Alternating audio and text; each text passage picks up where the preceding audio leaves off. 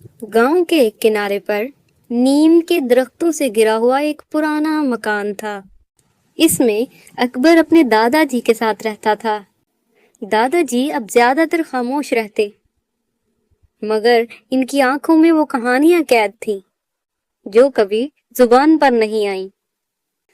एक दिन अकबर घर की सफाई कर रहा था कि अचानक उसकी नजर एक पुराने संदूक पर पड़ी। अकबर ने खुद से कहा, ये तो मैंने कभी नहीं देखा। इसी लम्हे अकबर ने दादाजी को आवाज दी। दादाजी, इस संदूक में क्या है? दादाजी कमरे में आए और बोले, इसे कभी खोलने की कोशिश न करना बेटा, ये सिर्फ हकदार के लिए है। अकबर ने गर्दन हिला दी, लेकिन दिल में सवाल पैदा हो गया। उसी शाम गांव के बाअसर आदमी चौधरी रफीक उनके घर आते हैं। अस्सलाम वालेकुम दादाजी। वालेकुम अस्सलाम चौधरी साहब, आइए आइए, क्या हाल है आपके? बैठिए चौधरी जी। हम ठीक हैं दादाजी, आप सुनाएं। अकबर, चौधरी साहब आए हैं, उनके लिए चाय लेकर आए। अकबर चौधरी के लिए चाय लेकर आता है। उसी वक्त अचानक चौधरी साहब की नजर उस संदूक पर पड़ती है। ओए अकबर, ये पुराना संदूक मुझे दिखा जरा, शायद कुछ पुराने हिसाब बाकी हों। अकबर ने मुहतात अंदाज में कहा। बस दादाजी की पुरानी चीजें हैं चौधरी साहब। चौधरी साहब चाय पीकर फिर वहां से चले जाते हैं। चौधरी के जाने के बाद अकबर को संदूक अजीब सी लगने लगी। दिल में वसवसे उतरने लगे कि आखिर इसमें ऐसा क्या है इस पर दादाजी इतना जोर दे रहे हैं। वो उलझन लेकर कुएं के पास नूरा से मिला, जो इसकी बचपन की दोस्त थी। हमारे घर दादाजी की एक पुरानी संदूक पड़ी है। दादाजी ने मुझे खोलने की इजाजत नहीं दी, उसमें आखिर ऐसा क्या है? नूरा ने संजीदगी से कहा, कभी कभी बंद चीजों में राज नहीं, इज्जत छुपी होती है। जल्दबाजी न करना अकबर। इस पर अकबर की सोचें और गहरी हो गई। अगली सुबह उसी संदूक के पास उसे एक पर्ची पड़ी मिली, जिस पर लिखा था, सच तलाशो, सोना खुद मिल जाएगा।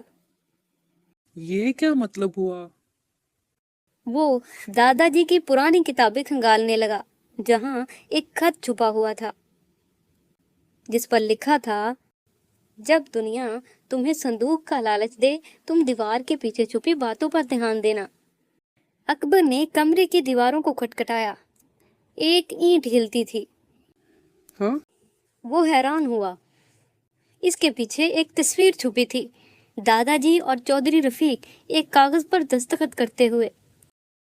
अगली रात चौधरी ने अपने आदमियों से कहा, कल रात वो संदूक मेरे डेरे पर होनी चाहिए। अकबर ने ये सब सुन लिया और असली संदूक नूरा के घर में छुपा आया।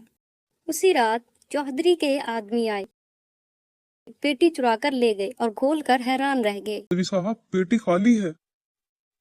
वो चीख उठे। दूसरी तरफ अकबर इमाम साहब के पास तस्वीर लेकर गया। इमाम साहब ने पहचान लिया। ये इस महादी की तस्वीर है जिसमें तुम्हारे दादाजी ने स्कूल के लिए जमीन रखी थी, मगर चौधरी रफीक ने वो जमीन हड़प कर ली।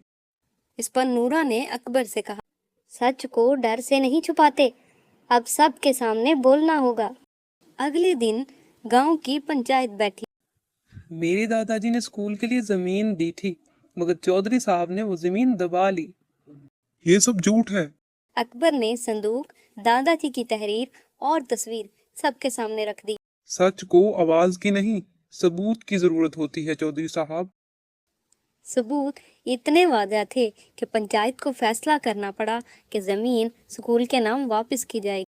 जब अकबर ने असली संदूक खोली, इसमें कुछ सोने के सिक्के और एक खत था, जिस पर लिखा था, जिसने सच्चाई के लिए संदूक खोला वही इसका असल हकदार है।